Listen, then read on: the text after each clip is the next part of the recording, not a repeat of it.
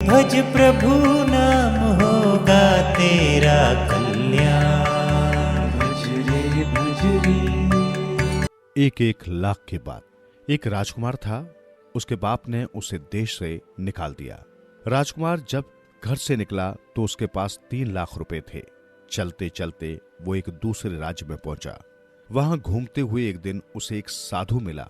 साधु चिल्ला रहा था, 1 लाख रुपए दो और एक बात लो।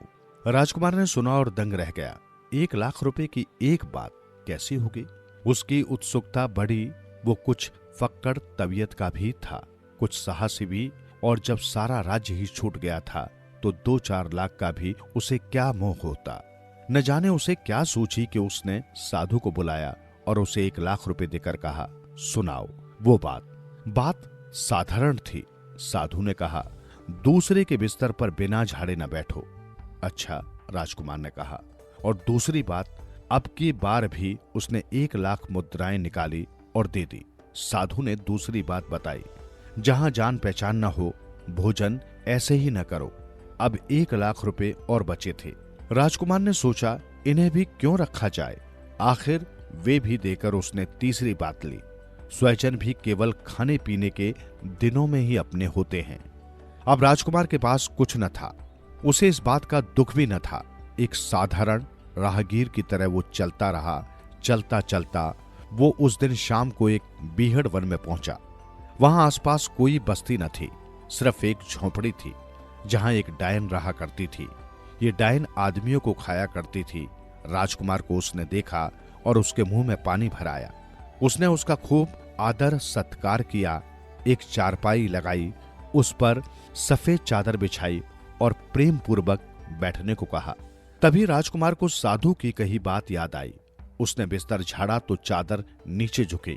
राजकुमार को शक हुआ। उसने चादर उठाई तो देखा कि चारपाई एक चौखटा मात्र थी और उसके नीचे एक गहरा गड्ढा था। राजकुमार को डायन का उद्देश्य मालूम हो गया और उसने उसे मार दिया। साधु की बात उसे याद आई। चलो, लाख ही गए, जान तो बची, उसने सोचा। दूसरे दिन वो एक दूसरे पड़ाव पर गया। वहां एक बुढ़िया और एक उसकी जवान बेटी रहा करती थी। उन्होंने भी उसका खूब सत्कार किया, प्यार से बैठाया और फिर भोजन परोसा। तभी उसे साधु की दूसरी बात याद आई, पर उसे एक युक्ति सूझी। सामने ही उस घर की बिल्ली उसकी ओर देखती हुई म्याऊं म्याऊं कर रही थी।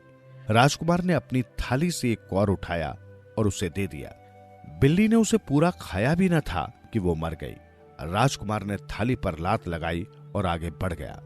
फिर वो एक नगर में पहुंचा जहां उसकी बहन ब्याई थी।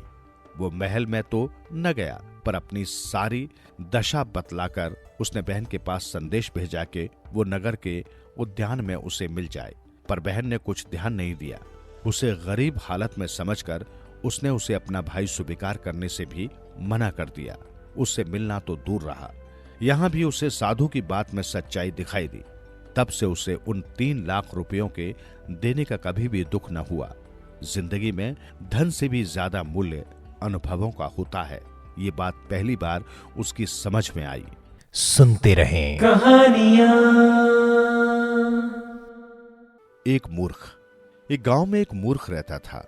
मूर्ख था इसलिए अपनी तरह से उसे कुछ सोचता न था। सीखी सिखाई बातें कर लेता था, बस। एक दिन जब वो अपनी ससुराल जा रहा था तो उसने अपने घर वालों से पूछा कि ससुराल में उसे क्या कहना चाहिए।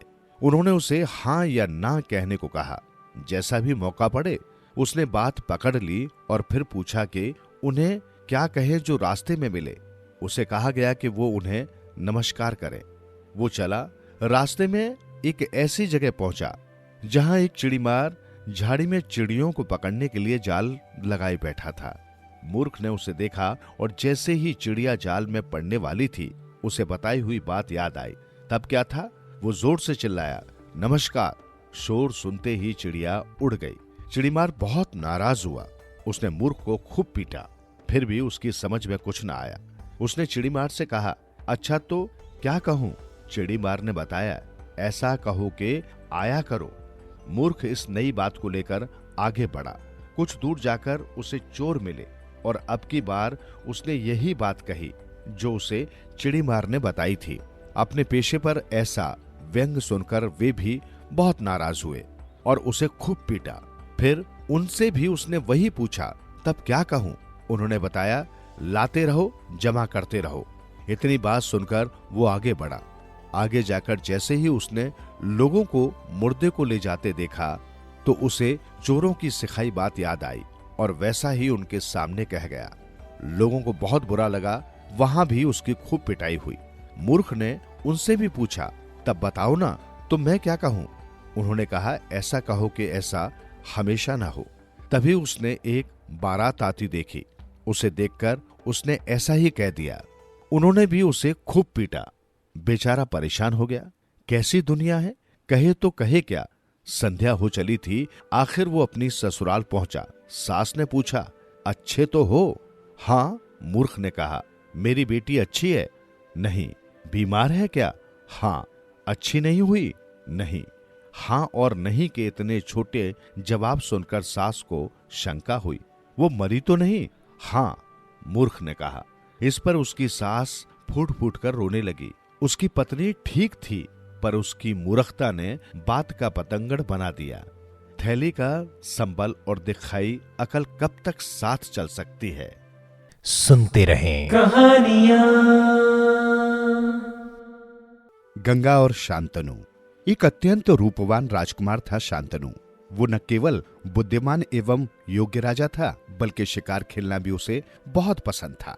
वो प्राय घोड़े पर सवार वनों में घूमता रहता था, परंतु उसे केवल एक ही दुख था। उसे अब तक सुंदर कन्या नहीं मिली थी जो उसकी रानी बनने योग्य हो। एक दिन नदी तट पर घूमते हुए शांतनु ने वृक्ष के तले सोई एक कन्या को देखा। बादलों के समान केश उसके कोमल मुख को घेरे थे और उसके अंगों का सौंदर्य ऐसा था कि राजकुमार सांस रोके खड़ा उसे देखता रहा। आखिर वो हिली और उसे देखने लगी। उसकी आंखों में चमक थी, भय तो उनमें लेश मात्र न था। बहुत समय तक वे एक दूसरे को देखते रहे। मन ही मन राजकुमार ने निश्चय किया कि वो इसी कन्या को अपनी रानी बनाएगा। हे रूपवती कन्या, वो बोला, संपूर्ण राज्य में खोज करने के पश्चात तुम्हें ही अपनी पत्नी बनाने योग्य पाया है। मेरे साथ महल में चलो और मेरी रानी बनो। कन्या ने लज्जा से अपनी आंखें झुका ली और धीमे स्वर में बोली, हे राजकुमार, आपकी रानी बनने में मुझे प्रसन्नता होगी, परंतु मुझ पर एक श्राप है। पत्नी के रूप में मैं चाहे कुछ भी करूं, तुम कभी मुझसे कठोर वचन न कहोगे। तुम्हारे ऐसा करने पर मुझे तुमको छोड़कर जाना होगा। राजकुमार ने उत्तर दिया, हे देवकन्या, तथास्तु। और वो उसको अपने घोड़े पर बिठाकर अपने महल में ले गया। वे सचमुच आनंद पूर्वक रहने लगे और राजकुमार ने कभी उससे कोई ऐसा वचन न कहे जो प्रेम पूर्ति न हो। शीघ्र ही उनके एक पुत्र का जन्म हुआ। राजा को यह देखकर घोर दुख हुआ कि उसकी रानी ने पुत्र को गंगा नदी में बहा दिया। राजकुमार को कुछ कहने का साहस न हुआ। उनके 6 और पुत्र हुए। उसने उन सब को नदी में बहा दिया, परंतु जब 8वें पुत्र को बहाने लगी तो राजा स्वयं को रोक न पाया। मैंने एक राक्षसी से विवाह किया है, उसने सोचा। इसके आकर्षक मुख के पीछे एक पापी हृदय छिपा है। और वो बड़े क्रोध से उससे बोला, तुम कौन हो? उसने पूछा, क्या तुम कोई हत्यारिन हो जो मेरा सर्वनाश करने आई हो? उसका चेहरा कठोर एवं क्षमा रहित था। वो उसकी ओर मुड़ी। वो पहले से कहीं अधिक सुंदर दिखाई दे रही थी।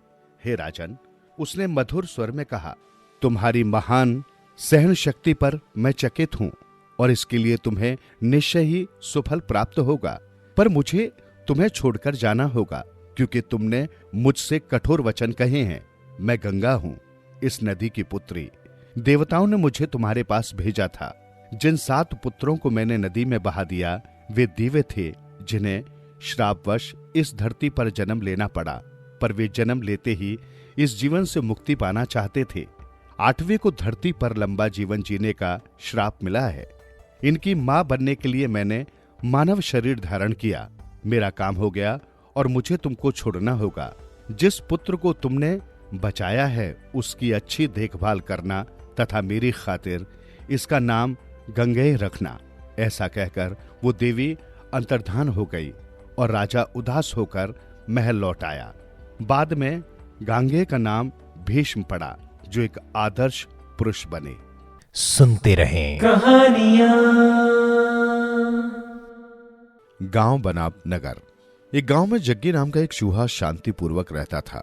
एक दिन पास के नगर से उसका मित्र विक्की उससे मिलने आया। जग्गी गांव के एक खेत के किनारे एक झाड़ी में रहता था। उसने अपने मित्र को जौ के बीज आदि जो उस समय खेत में थे खिलाए और खेतों की सैर करवाई। विक्की ने लौटते समय जग्गी से कहा, यार तुम यहाँ खेतों में बीज आदि खाकर अपना गुजारा करते हो, अगर मेरे साथ चलो तो बताऊं कि मक्खन, शहद, सेब आदि फलों का स्वाद क्या होता है। विक्की की बातें सुनकर जग्गी के मुंह में पानी आ गया और वो भी उसके साथ नगर की ओर चल दिया। नगर में पहुंचकर विक्की अपने घर ले गया जहां वो रहता था। जब भूख लगी तो दोनों कुछ खाने घर के मालिक की रसोई में घुस गए। वहां सामने कई प्रकार के भोजन एवं फल रखे थे। सो दोनों मित्र पहले मक्खन पर ही टूट पड़े। अभी 2-4 ग्रास ही खाए होंगे कि उधर रसोई का दरवाजा खुला। विक्की ने जग्गी से कहा, फौरन दौड़ो मेरे साथ, और दोनों जाकर रसोई के कोने में बने एक छेद में घुस गए। वो स्थान इतना तंग था कि दोनों कठिनाई से उसमें समा पाए। रसोई का दरवाजा बंद हो गया तो विक्की अपने मित्र को लेकर बाहर आ गया। इस बार अभी जग्गी ने सेब का एक और मुंह में डाला ही था कि रसोई का दरवाजा खुला। वो वहां की नौकरानी अंदर आई। दोनों ने दौड़कर उसी छेद में जाकर अपनी जान बचाई। जग्गी ने पाया कि वो उस छेद में अपनी मूंछ भी सीधी नहीं रख सकता था। नौकरानी काफी देर तक रसोई में काम करती रही और दोनों मित्र डर के मारे उसी छेद में दुबके रहे। जब नौकरानी गई तो दोनों फिर बाहर आ गए। जग्गी ने अपने मित्र विक्की से कहा, मित्र, यहाँ डर कर हर समय भागकर छेद में घुस जाने से तो मेरा दम घुट रहा है। मैं अपने गांव में ही प्रसन्न था।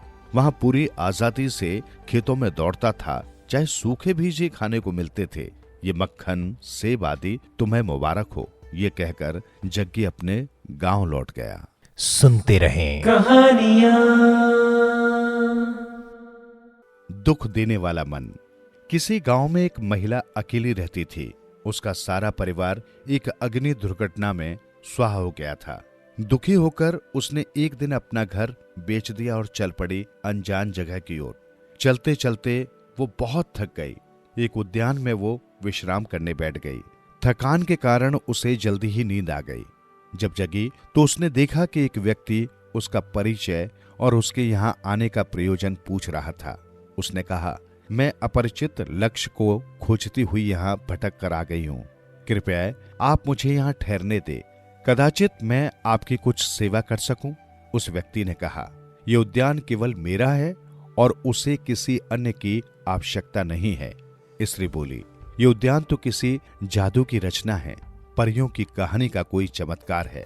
व्यक्ति ने कुछ कठोरता के साथ कहा, ये कोई जादू का चमत्कार नहीं है। इसके निर्माण में मेरा कठिन श्रम लगा है और प्रभु की कृपा मिली है। फिर उस पुरुष ने उदारता से पूछा, क्या तुम भी ऐसा स्वर्गीय स्थान चाहती हो? मैं तुम्हें एक भूमि खंड दे सकता हूँ। तुम उसमें अपनी वाटिका लगा लो। मैं बागवानी की कला तुम्हें सिखा दूंगा। यदि परिश्रम करोगी तो ऐसा ही एक सुंदर उद्यान तुम भी लगा सकती हो। स्त्री इस प्रस्ताव पर बहुत प्रसन्न हुई। उसने पूरा परिश्रम करने का वचन दिया। वो व्यक्ति उसे खाली भूमि पर ले गया। वो भूमि पत्थरों से, पेड़ों की जड़ों से और कूड़े से भरी थी। उसे दिखाते हुए उस व्यक्ति ने कहा, इस भूमि को साफ कर तुम अपना सुंदर सा उद्यान लगा लो। इस भूमि के बदले तुम मुझे कुछ प्रदान करो। उस स्त्री के पास उसके कंगनों के अतिरिक्त कुछ भी न बचा था। हिचकिचाते हुए उसने कंगन देकर भूमि और फावड़े आदि ले लिए। अब वो अपने कार्य में गंभीरता से लग गई। अंत में एक दिन वो कार्य पूरा हुआ। माली उसके पास आया और बोला, अब तुम भूमि को खोदकर बीज बोने योग्य मुलायम और भुरभुरी बनाओ। ये कहकर उस व्यक्ति ने उसे विधिवत कार्य करने की शिक्षा दी और उसके बदले कुछ मांगा। अब वो क्या दे सकती थी? उसके पास था ही क्या? तभी उस व्यक्ति की नजर उसके काले, घने, लंबे बालों पर पड़ी, मानो वो उन्हीं को चाहता था। स्त्री ने कहा, क्या तुम मेरे बाल चाहते हो? नहीं, ये तो मेरे शरीर के जीवित अंश हैं। मेरे बालों की इच्छा मत करो। किंतु उस व्यक्ति ने अपनी दृष्टि कठोर की और स्त्री ने श्वास लेकर घास काटने की कैंची उठाई और उसी से अपने बाल काटकर उस पुरुष को दे दिए। उसके बाद वो अपने काम में जुट गई। कार्य पूरा होने पर माली फिर आया। उसके पास बीज, पौधे और पानी देने के लिए हजारा था। उसने क्यारियां बनाकर उसे बीज बोना सिखाया। इस पर उसने अपना वेतन मांगा। स्त्री अब क्या दे सकती थी? माली ने कहा, तुम मुझे अपना मन दे सकती हो। स्त्री उद्विग्न हो उठी, बोली, नहीं, मेरा मन तुम नहीं ले सकते। फिर शांत होकर उसने पुनः विचार किया। फिर बोली, मेरा मन तो वस्तुतः बहुत काल से मर गया है। मेरे पति और पुत्र के साथ मेरा मन भी मर गया था। ये मरा मन मेरे किस काम का? एक बार फिर उसके हृदय में हलचल हुई और वो फिर पूर्णतः शांत हो गई। कितनी अद्भुत शांति थी। दुख देने वाला मन चला गया। ऐसा आनंद उसे कभी नहीं मिला था। उसके आंसुओं से प्रसन्नता का इंद्रधनुष छलक उठा। उसका उद्यान पूर्ण सौंदर्य के साथ उगाया था। विविध रंगों, सुगंधों का चिर नवीन कौतुक था। वो था जादू का बगीचा। सुनते रहें कहानियां। किस्मत का खेल। किसी गांव में भोला नाम का एक लकड़हारा अपनी पत्नी और 2 छोटे छोटे बच्चों के साथ एक छोटी सी पुरानी सी झोपड़ी में रहता था। वो प्रतिदिन जंगल में जाता, लकड़ी काट कर लाता और उसे बेचकर खाने का सामान लेकर घर आता था। काफी समय से उसकी यही दिनचर्या चली आ रही थी और ऐसे ही उसके परिवार की गाड़ी चल रही थी। लेकिन जीवन के हर दिन एक से तो होते नहीं। धीरे धीरे उसमें कार्य करने की शक्ति घटती गई और नतीजा ये हुआ कि उसे अपनी रोजी रोटी कमाने में भी परेशानी होने लगी। परेशानियों ने उसे चारों ओर से घेर लिया, परंतु जीवित रहने के लिए कुछ न कुछ तो करना ही था। एक दिन रोज की भांति वो लकड़ियां काटने जंगल में गया। दोपहर का समय था, तेज धूप थी। थोड़ी देर में उसे चक्कर आने लगा। वो एक बड़े से पेड़ के नीचे बैठ गया और थकान के कारण कुछ ही देर में उसे नींद ने आ घेरा। जिस पेड़ के नीचे वो लेटा था, उस पर तोतों का एक जोड़ा रहता था। उनकी खूबी ये थी कि वे मनुष्यों की भाषा भी बोल लेते थे। संयोग से जिस समय लकड़हारा वहां सो रहा था, उसी समय तोते का वो जोड़ा भी पेड़ पर बैठा हुआ था। लकड़हारे को नींद में सोया देखकर उनमें से एक ने कहा, देखो तो बेचारा कितना थक जाता है। रोज इतनी कड़ी मेहनत के बावजूद भी परेशान रहता है। हमें इसकी कुछ सहायता करनी चाहिए। यद्यपि लकड़हारा नींद में था, परंतु अपने पास ही किसी के बोलने को सुनकर वो चौंक कर उठ बैठा। उसको अपने चारों ओर कोई भी दिखाई नहीं दिया। फिर उसकी निगाह ऊपर की ओर गई। तोते के जोड़े को देखकर और उनको मनुष्यों की बोली में बात करते देख वो हैरत से चौंक पड़ा। लकड़हारे को इस स्थिति में देख उनमें से एक ने कहा, हाँ, हम ही बोल रहे हैं। हम बात कर रहे हैं कि इतनी कड़ी मेहनत करते हो तब भी परेशान रहते हो। हम सब कुछ देखते समझते हैं। उनकी बात सुनकर लकड़हारा निराशा भरी आवाज में बोला, अब मैं क्या करूं? मेरे भाग्य में जितना है उतना ही मिलेगा। भला कोई क्या कर सकता है? तोता उसकी बात सुनकर बोला, हाँ भाई, ठीक कहते हो। सब कुछ किस्मत का खेल है, लेकिन जब जो मिलना होता है उसे कोई टाल भी नहीं सकता। वो तभी मिलता है, पहले नहीं मिलता। लकड़हारे ने चौंकते हुए कहा, क्या मतलब? मैं समझा नहीं कि तुम क्या कहना चाहते हो। तोते ने उसे समझाते हुए कहा, अब तुम अपने भाग्य को ही ले लो। इतने समय से तुम इस जंगल में आ रहे हो, लेकिन ये नहीं जानते कि एक बड़ा खजाना तुम्हारे कितने पास है। लकड़हारा आश्चर्य से बोला, खजाना और मेरे पास? मेरे जैसे निपट निर्धन के लिए खजाना? क्यों मजाक उड़ाते हो मेरा? मैं ही गरीब मिला हूं तुम्हें बेवकूफ बनाने को। कहां मैं और कहां खजाना? ये तो मैं सपने में भी नहीं सोच सकता। तोते ने बड़े विश्वास के साथ कहा, नहीं भाई, ये बात झूठी नहीं है।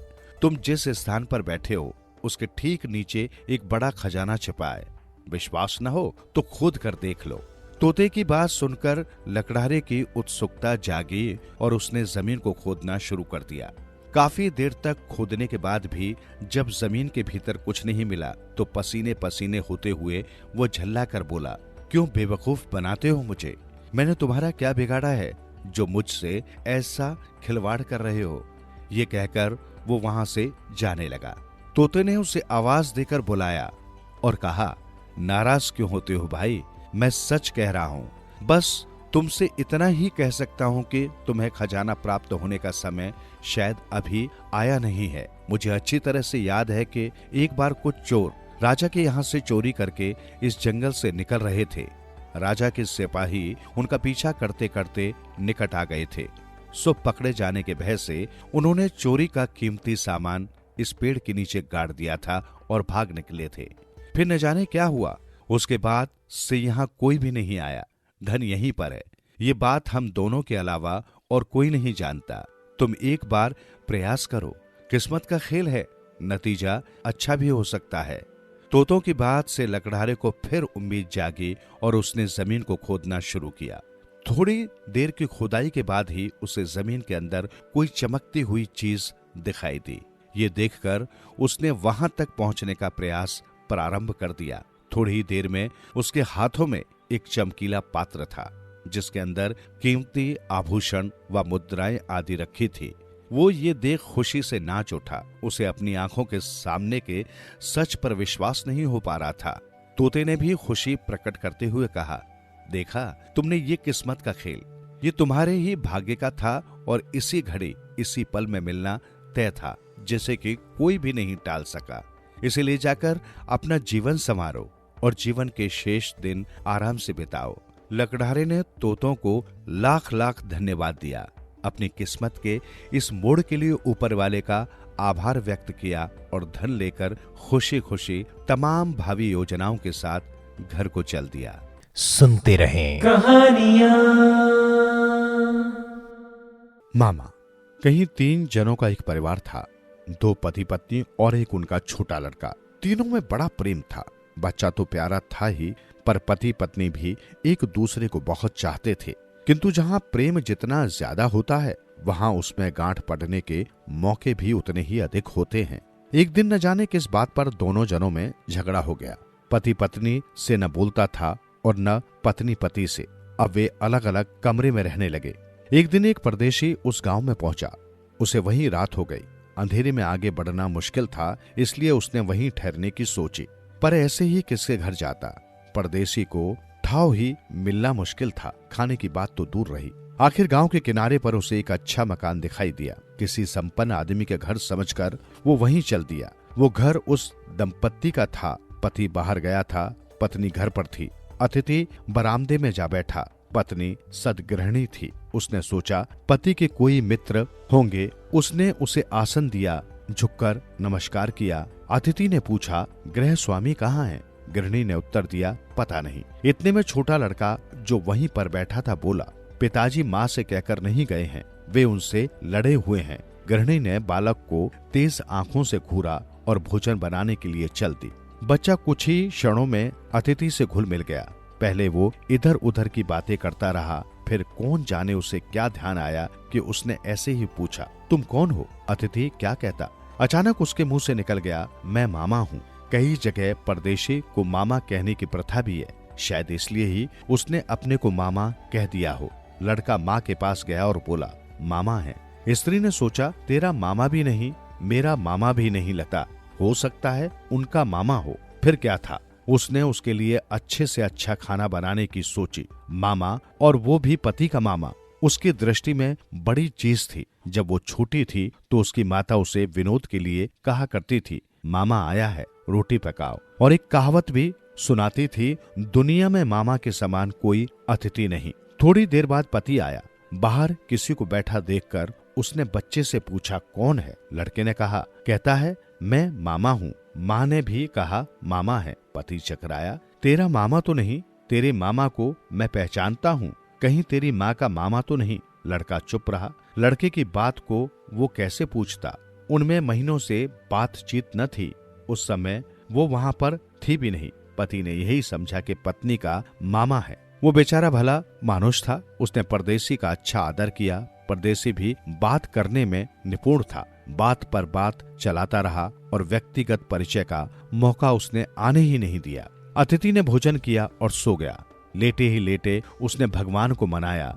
अच्छा हुआ पति पत्नी में झगड़ा रहा, नहीं तो उसे कौन पूछता। सुबह को घर का मालिक अतिथि के सोने के कमरे में गया और ये पूछने ही वाला था कि कोई कष्ट तो नहीं हुआ। इतने में उसे खाट खाली दिखाई दी। पहले उसने सोचा सोच गया होगा, पर बहुत देर प्रतीक्षा करने पर भी जब वो न दिखाई दिया तो उससे न रहा गया। पत्नी के पास गया, पहले कुछ ठिठका, फिर लड़के से बोला, अपनी माँ से पूछो उसका मामा कहाँ गया है। पत्नी ने कहा, अगर लड़ाई भी हुई तो क्या इस तरह गालियां देते हैं? गाली कैसी? वो आदमी तेरा मामा तो था। पत्नी चिढ़ी, मेरा मामा तो मर चुका है। पति भी चिढ़ा, तो फिर वो किसका मामा था? पत्नी ने कहा, मैंने तो समझा वो तुम्हारा मामा है। पति पत्नी के इस नए झगड़े पर लड़का ठहाका मारकर हंसा। उसके साथ उसकी माँ भी हंसी, पर उसका पति उस बेचारे को कोसता रहा। पत्नी ने उसके मुंह पर हाथ रख दिया। अतिथि देवता होता है, वो हमारा देवता था, वह न आता तो हम में बातचीत होती ही कैसे। और तब पति भी हंसने लगा। दोनों ने कहा, अच्छा मजाक रहा। सुनते रहें कहानियाँ। नियत का असर। बहुत समय पहले की बात है। करमपुर के राजा ने नया घोड़ा खरीदा और अपने मित्रों के साथ शिकार के लिए वन में गए। घोड़ा नया ही था, वो बेकाबू होकर सरपट भागने लगा। राजा ने बहुत हाथ पांव मारे, परंतु घोड़ा किसी भी तरह से काबू में न आ सका। उसने राजा को साथियों से बहुत दूर पटक दिया और खुद भी वहीं लोट लगा लगा कर अपना क्रोध शांत करने लगा। राजा गिरने से बहुत जख्मी हो गया। तकलीफ और अंधेरे के कारण उसे कुछ दिखाई नहीं दे रहा था। थोड़ा समय बीत जाने पर राजा ने अपना सामान आदि समेटा, घोड़े की पीठ सहलाकर उसे मनाया और उस पर सवार होकर धीरे धीरे वहां से रवाना हुआ। चलते चलते रोशनी और बढ़ी तो उसे दूर एक मकान दिखाई दिया।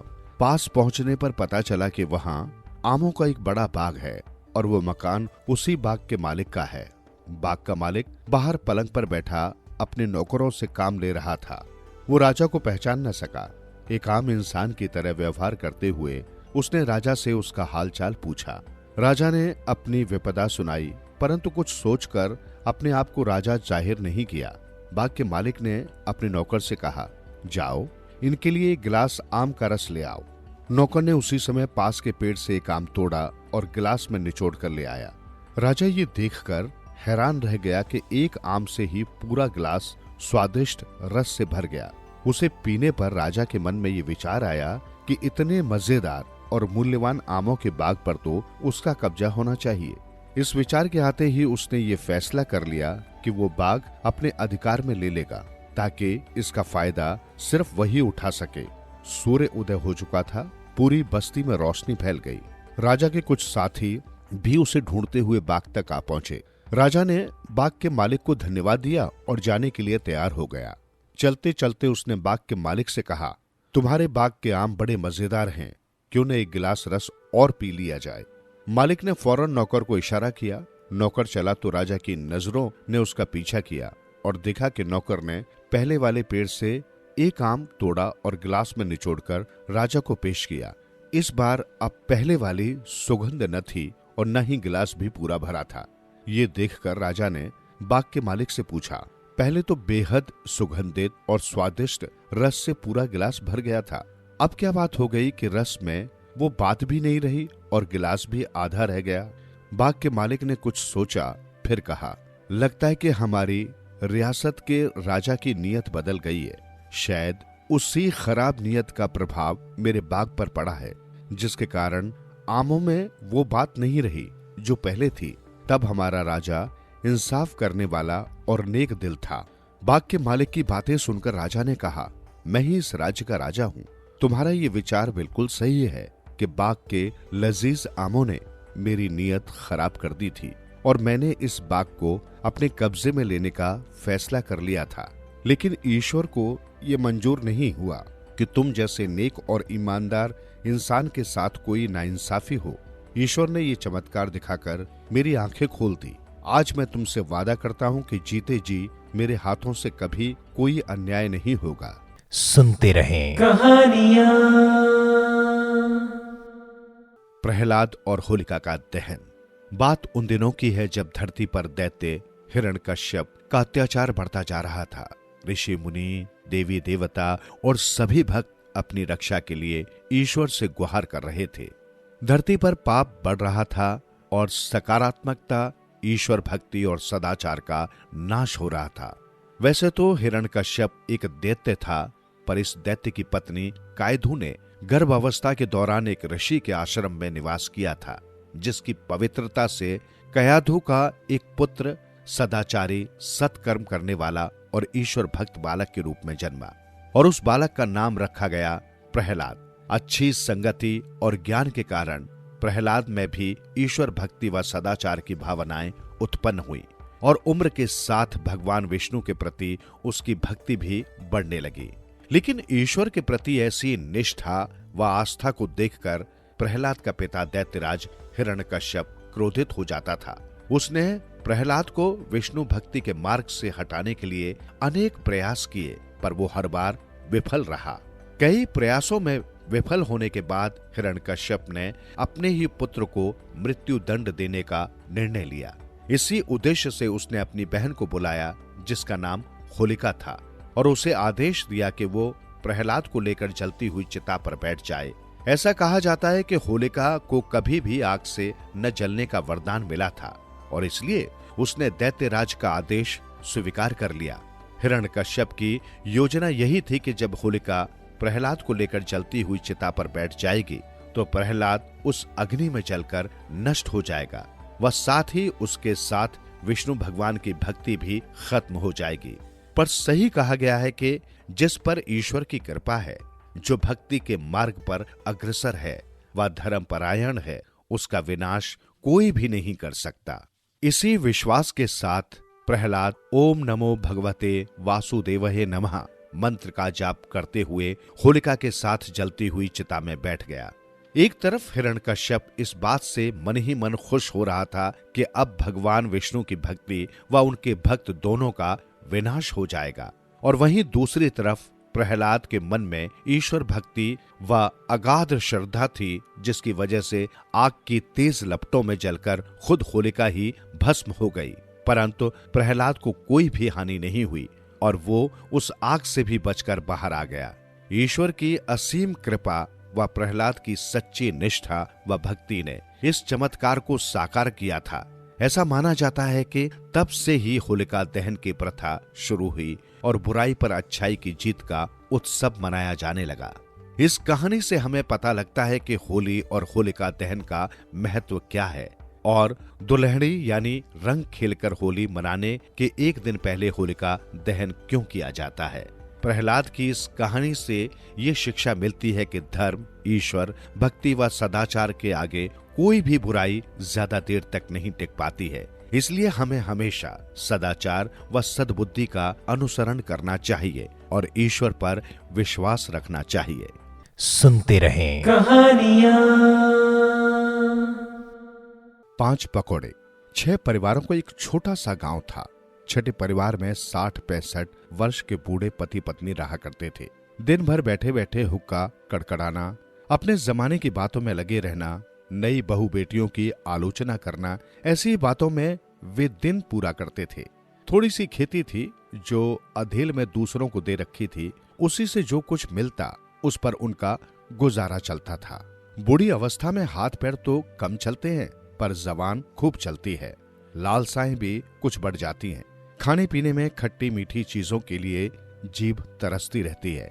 हाँ, एक बात और, बुढ़ापे में प्रेम बढ़ जाता है। कहावत भी है, बुढ़ापे का प्रेम जवानी से दूना होता है। इसलिए भगवान मैं पहले निभ जाऊं कि कामना पति पत्नी की बढ़ जाती है। जाड़ों के दिन थे, सर्दी कुछ और बढ़ चली थी। कई दिनों से पानी बरस रहा था। आज ठंड कुछ ज्यादा हो गई है। बुढ़िया बोली, लगता है अब बर्फ ही गिरेगी। बूढ़े ने हूं किया, हुक्के की एक घूंट मारी और धुआं निकालते हुए भाव मगन सा बोला, जाड़ा वर्ष का बुढ़ापा है। और फिर अपने बुढ़ापे पर ही बात चल पड़ी। अब तो जिंदगी का भरोसा ही क्या, आज मरे कल मरे, अगली फसल भी शायद ही देख सकूं। सब छूट जाएगा, केवल दिया लिया खाया पिया ही साथ जाएगा। छोड़ना भी किस लिए और किसके लिए? मरने के बाद कोई श्राद्ध भी करेगा तो क्या अपने लिए स्वर्ग की सीढ़ी लगाएगा? अपना तो वही है जो जीते जी खा पी लिया। तमाकू पीकर खांसते खांसते हुक्के को अलग रखकर बूढ़े ने फिर आगे कहा, देख तो उड़द की दाल भी है। मेरी इच्छा पकोड़े खाने की है। बुढ़िया को थोड़ी सी दाल मिल गई। पकोड़े बना दिए गए। बुढ़िया ने बूढ़े को भोजन करने को कहा, पेट भरकर खा लो। गांव की प्रथा तू जानती ही है। बूढ़ा बोला, जब कोई नई चीज बनती है तो उसे थोड़ी थोड़ी गांव में भी बांटना पड़ता है। उस दिन गांव में भोला ने अरसे नहीं बांटे थे। कितना मन मैला हो गया था लोगों का। बुढ़िया कैसे मना करती। आखिर गांव के एक एक परिवार का नाम लेकर वो एक एक पकौड़ा अलग रखने लगी। गांव के अन्य 5 परिवारों के हिस्से तो एक एक पकौड़ा आ गया, पर उनके लिए एक भी न बचा। आखिर पकौड़े भी तो 5 ही बन पाए थे। रहने दो, बुढ़िया ने कहा, आज किसी को नहीं देते, दे भी कहां से। एक एक भी बांटे तो अपने लिए नहीं बचते, किसी को दें किसी को ना दे, ये भी ठीक नहीं। गांव में फिर कभी बांट देंगे। बूढ़े ने बुढ़िया की बात मान ली। अब वे दोनों थे। बुढ़िया ने 3 पकौड़े बूढ़े की थाली में रख दिए और 2 अपने लिए बचा लिए। पर बूढ़े ने एक वापस डालते हुए कहा, तू एक और खा ले, मैं 2 ही खाऊंगा। बुढ़िया ने वो पकौड़ा फिर बूढ़े की थाली में डाल दिया और बोली, तुम्हारी बड़ी इच्छा थी, एक और खा लो, मैं 2 ही खाऊंगी। दोनों अपनी बात एक दूसरे से मनवा लेना चाहते थे। एक दूसरे को वे बहुत प्यारे थे। जब बुढ़िया न माने तो बूढ़ी ने झुंझलाकर कहा, अच्छा एक को आधा आधा कर ले। पर बुढ़िया ने मना किया, आधा नहीं खाते, उससे तकदीर आधी हो जाती है और उम्र भी कम हो जाती है। अब कोई हल न था। 3 और 2 के ही हिस्से थे और 3 खाने को कोई तैयार न था। जब 3 तू 2 मैं करते करते बहुत समय हो गया तो तय हुआ कि जो सुबह जल्दी उठेगा वो 3 पकौड़े खाएगा। पकौड़े रख दिए गए और दोनों सो गए। सुबह हुई, सूरज निकला, दिन बढ़ा, पर बुढ़िया और बूढ़े के दरवाजे बंद ही थे। दोनों में से एक भी न उठा। गांव वालों को संदेह हुआ। कल तक तो सुबह ही उठ जाते थे, खांसते रहते थे। किवाड़ों को उखाड़ कर लोग अंदर गए। बुढ़िया और बूढ़ा चुप थे। लोगों से वे कहते भी क्या। सबने समझा कि वे मर गए और मरघट ले जाने की बातें करने लगे। अंत में जब बूढ़े ने सोचा कि कहीं लोग उन्हें मरा जानकर मरघट न ले जाएं, बुढ़िया से बोला, अब तो उठ जा, तू 2 ही खाना, मैं 3 खा लूंगा। खाने की बात सुनते ही गांव वाले घबरा गए। उनमें से एक बोला, भूत बन गए, न जाने रात को कब मर गए थे, मुर्दों की रखवाली न करो तो वे भूत बन जाते हैं। दूसरा बोला, तू ठीक ही कहता है, देखना कैसे कहता था, तू 2 मैं 3 खाऊंगा। हम भी तो 5 ही परिवार हैं, हमें खाने को ही वो भूत कह रहा है। बस क्या था, सब के सब भाग निकले। अब बूढ़ा और बुढ़िया भी उठ खड़े हुए। अब गांव वालों की घबराहट और भी बढ़ी। उन्हें क्या पता था कि झगड़ा 5 पकौड़ों का था। जीवन सुधरेगा, प्राणी होगा तेरा उद्धार, मन के द्वार खुलेंगे, होगा जन जन का कल्याण। भज रे